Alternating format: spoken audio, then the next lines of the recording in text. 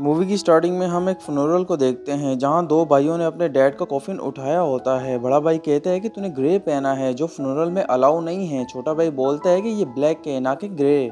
और इसी बात पर दोनों बहुत ही ज्यादा बहस करने लगते हैं। अचानक से कॉफिन इनके हाथों से निकल जाता है और बॉडी कॉफिन से बाहर आकर एक गहरे से हॉल में गिर जाती है। चले आए अब इन दोनों का नाम जान लेते हैं। बड़े भाई का नाम अर्नी होता है, छोटे भाई का नाम लार्स। वकील इन दोनों को कहते हैं कि तुम्हारे डैड ने तुम दोनों के नाम पर एक धागा बनाने वाली फैक्ट्री वरासत के तौर पर छोड़ी है। तभी अर्नी देखते हैं कि फैक्ट्री में कुछ गड़बड़ी हो गई है और इस वजह से सारे धागे मशीन से बाहर आ जाते हैं। ये देखकर अर्नी बोलता है कि चलो इस फैक्ट्री को सेल कर देते हैं। लार्स बोलता है कि नहीं, हम इस फैक्ट्री को आगे बढ़ाना चाहिए ना कि सेल करना चाहिए। तो वकील इन्हें कहता है कि पूरी विल तो सुन लो। ये इनको बताता है कि तुम्हारे डैड ने तुम्हारे लिए घर भी छोड़ा है और ये घर उन्होंने कब्जे के तौर पर हासिल किया था। और हाँ, इस घर का मालिक छत पे पड़े हुए बक्से में मरा हुआ पाया गया था। अर्नी बोलता है कि इस घर की क्या कीमत होगी। तो वकील कहते हैं कि इतनी ज्यादा भी नहीं है। ये सुनकर अर्नी बोलता है कि वाह, क्या वरासत मिली है हमें, एक पुराना सा घर और एक बेकार सी फैक्ट्री। मैं तो जा रहा हूँ अपने रेस्टोरेंट, क्योंकि आज रेस्टोरेंट में मेयर आएंगे। अर्नी मेयर और इसकी फैमिली के लिए खुद ही खाना बनाता है और इसको सर्व भी खुद ही करता है। जब मेयर खाना खाने लगता है तो इसकी बेटियां बोलती हैं कि डैडी आपने रोज का सर खा लिया। ये देखकर मेयर को हार्ट अटैक आ जाता है और मौके पर मेयर की मौत हो जाती है। और इस चीज को जल्दी से मीडिया कवर कर लेती है क्योंकि मीडिया भी मौके पर मौजूद होती है। दूसरी तरफ लार्स के पास कुछ लोग आते हैं इसकी फैक्ट्री खरीदने के लिए, पर लार्स अपनी जेब से एक धागा निकालता है और पास्ट में चले जाता है जहां इसका डैड यही धागे के टुकड़े को कीमती खजाना बोलकर कहते हैं कि इसे संभाल कर रखना। और अपने बेटों को बोलता है कि मुझसे वादा करो कि तुम दोनों कभी भी इस फैक्ट्री को सेल नहीं करोगे।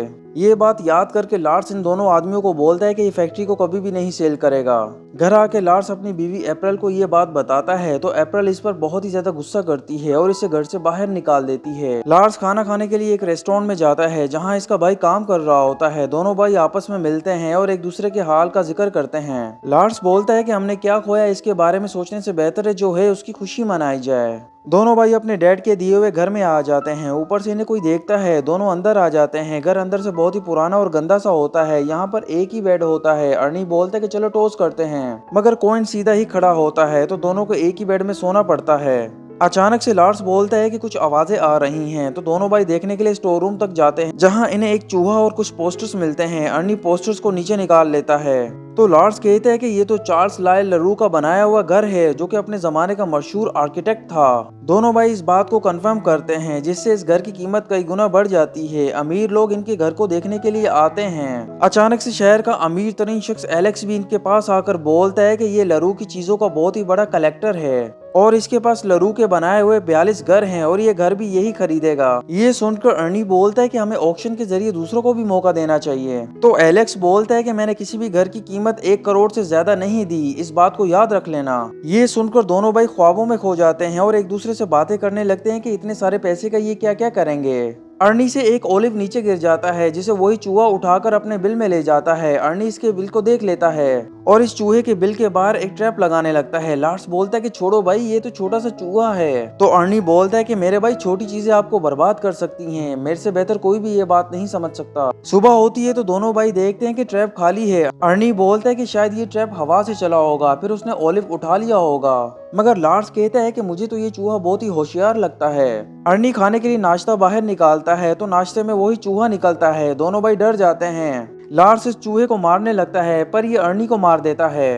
अर्नी इस चूहे के पीछे झाड़ू लेकर जाता है और लार्स एक हथौड़ा उठा लेता है, पर दोबारा से लार्स अर्नी के हाथ पर हथौड़ा मारता है तो अर्नी लार्स को बहुत ही ज्यादा मारता है।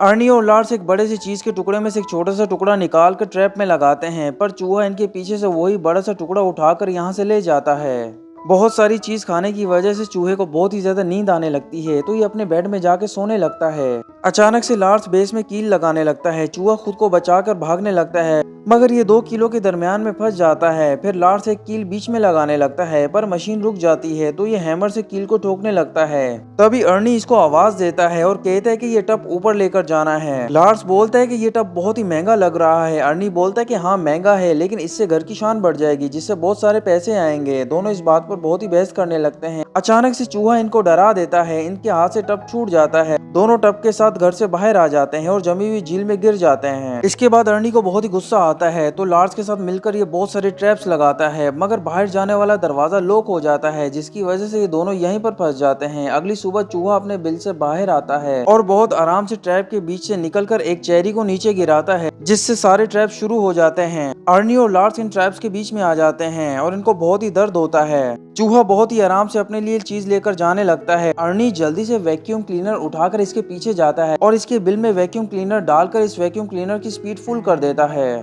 पर चूहा इस वैक्यूम को सेवरेज के पाइप में धकेल देता है, जिसकी वजह से वैक्यूम में सारा सेवरेज का पानी खींचने लगता है और इसका बैग एकदम से फट जाता है। हर जगह गंदगी फैल जाती है।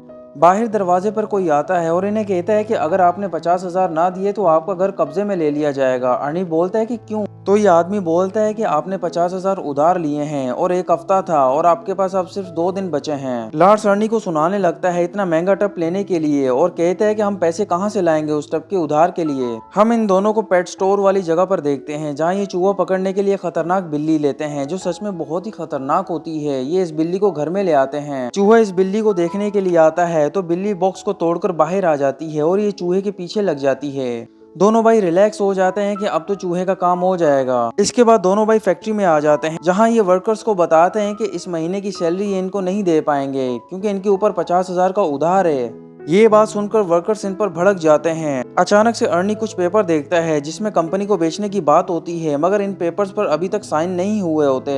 वर्कर्स को बहुत ही ज्यादा गुस्सा आने लगता है तो ये दोनों यहाँ से भाग जाते हैं। दूसरी तरफ बिल्ली चूहे को पकड़ने के लिए बैठी होती है, पर चूहा इसकी गेम को बिठा देता है और इसका काम तमाम कर देता है। ये देखकर दोनों भाई चूहा पकड़ने वाले एक्सपर्ट को बुलाते हैं। ये चूहा पकड़ने वाला कहता है कि मुझे 1 से 2 दिन लगेंगे इस चूहे को पकड़ने के लिए। लार्स बोलता है कि ये क्या है? तो अर्नी बोलता है कि ये तो फ्ली बॉम्ब है। चूहा पकड़ने वाला बोलता है कि ये चूहों पे भी काम करता है। ये दोनों कंपनी में आ जाते हैं, जहां सारे वर्कर स्ट्राइक पर होते हैं। लार्स खुद ही फैक्ट्री को चालू करता है ताकि प्रोडक्शन तो चालू रहे, मगर गलती से इसके कपड़ों के धागे इस मशीन में आ जाते हैं और ये पूरा ही नंगा होने लगता है। दूसरी तरफ अर्नी उसी जेप्को कंपनी को कॉल करता है और इनको कहता है कि आप हमारी फैक्ट्री को खरीदना चाहते हैं तो आ जाएं। ये उन कंपनी वालों का इंतजार करने लगता है। तभी यहाँ पर इसे 2 खूबसूरत औरतें मिलती हैं तो ये इनके सामने स्टाइल मारने लगता है, मगर इसकी हेड गिरकर रोड के दरमियान में आ जाती है। ये अपनी हेड को उठाने लगता है तो इसका एक्सीडेंट हो जाता है।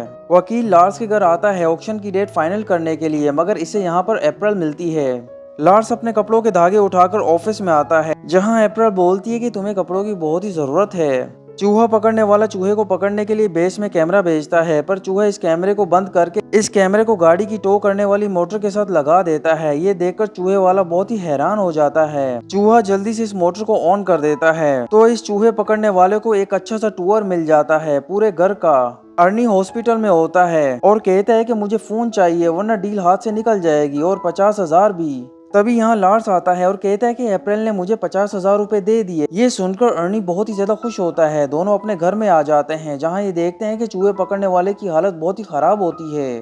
अर्नी इस चूहे पकड़ने वाले को कहता है कि क्या तुमने उस चूहे को पकड़ लिया क्या? तो चूहे पकड़ने वाला बोलता है कि नहीं, वो चूहा नहीं है। फिर अर्नी ऑफिसर से पूछता है कि आपको किसने बुलाया? ऑफिसर कहता है कि हमें एक कॉल आई, मगर उसमें कोई भी कुछ नहीं बोला, बस चिल्लाने की आवाजें आई। घर की हालत देखकर अर्नी और लार्स बहुत ही ज्यादा उदास हो जाते हैं। चूहा सैंडविच बनाकर अपने लिए लेकर जाने लगता है तो लार्स इसे मारने लगता है, मगर उल्टा ही इससे ही लग जाता है।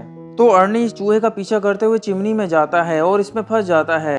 चूहा जल्दी से गैस का पाइप निकाल देता है और लार्स के सामने माचिस रख देता है। लार्स रोशनी करने के लिए माचिस जलाता है तो अर्नी हवा में उड़कर सीधा झील में गिरता है। इन दोनों की हालत बहुत ही खराब हो जाती है। अर्नी को बहुत ही ज्यादा गुस्सा आने लगता है। ये गन को उठाकर चूहे पर फायर करने लगता है। ये गलती से उसी फ्ली बॉम्ब को शूट कर देता है, जिससे इस जगह पर बहुत ही बड़ा सा गड़ा बन जाता है। घर की तबाही देखकर दोनों भाई आपस में लड़ने लगते हैं। इसी बहस में लार्स अर्नी को ऑरेंज मारने लगता है, वो चूहे को लगता है और इस तरह चूहा अधमरा हो जाता है। ये देखकर दोनों भाई बहुत ही खुश हो जाते हैं। अर्नी कहता है कि लार्स इसे मारो, पर लार्स से इसे मारा नहीं जाता तो ये इसे बॉक्स में डालकर दूसरी जगह डिलीवर कर देते हैं। लार्स अपनी बीवी से और ज्यादा पैसे उधार लेता है और दोनों घर की मुरम्मत शुरू करके इसे अच्छा बना देते हैं। ऑक्शन का दिन भी आ जाता है। लार्स घर का कचरा फेंकने के लिए बाहर जाता है तो इसे वही पार्सल मिलता है। ये पार्सल देखकर बहुत ही चिल्लाता है, जो गलत वेट होने की वजह से वापस आ जाता है। और इस पार्सल में चूहा भी नहीं होता। लार्स जल्दी से ये बात अर्नी को बताने लगता है, पर अर्नी बयानबाजी कर रहा होता है। अचानक से अर्नी देखता है कि इनके लकी धागे को वही चूहा खाने लगता है, तो अर्नी बार बार इसे हैमर से मारता है, पर ये चूहा तो कोई महा होता है। ऑक्शन वाला कहता है कि बस कर भाषण और शुरू होने दे ऑक्शन को। अर्नी अपने भाई को बोलता है कि वो चूहा यही है और उसने वही लकी धागा भी खा लिया। दोबारा से अर्नी बोलता है कि जल्दी से पाइप लेकर आओ, हम उस चूहे को डुबा कर मारेंगे। ये पाइप को इसी चूहे के बिल में डालकर पानी को शुरू कर देते हैं। चूहा अपने आप को बचाकर बाहर आ जाता है। दूसरी तरफ ऑक्शन में भारी भारी बोलियां लगने लगती हैं। ये देखकर अर्नी बहुत ही खुश होने लगता है, मगर अचानक से यहाँ पर बाढ़ आ जाती है और हर जगह पानी ही पानी हो जाता है। अर्नी बोलता है कि मैं आप लोगों को दिखाना चाहता था कि ये घर पानी को भी बर्दाश्त कर लेता है, मगर कोई भी इसकी बात को नहीं सुनता और इसके बाद घर का ढांचा भी गिर जाता है। दोनों भाई बहुत ही उदास हो जाते हैं। एकदम से आसमान से रोशनी आती है और वही धागा इनके सामने गिरता है। ये दोनों भाई इस धागे को उठा लेते हैं और आधा आधा कर लेते हैं। फिर ये दोनों मायूसी के साथ फैक्ट्री की तरफ जाने लगते हैं। इनके साथ चूहा भी होता है। दोनों फैक्ट्री में पहुंचकर सोने लगते हैं, पर चूहा इनकी फैक्ट्री को चालू कर देता है और इसके साथ इनकी आंख भी खुल जाती है। ये देखते हैं कि चूहे ने चीज का टुकड़ा मशीन में डाला होता है। मशीन इस चीज के टुकड़े के धागे बनाकर इनके सामने रख देती है। यूं इन्हें चीज से न्यू प्रोडक्ट बनाने का आइडिया मिल जाता है, जो बहुत ही ज्यादा फेमस हो जाता है। मूवी के एंड पे हम देखते हैं अर्नी ने इस चूहे को अपना क्वालिटी कंट्रोल वाला बनाया होता है और यहाँ ये मूवी खत्म हो जाती है।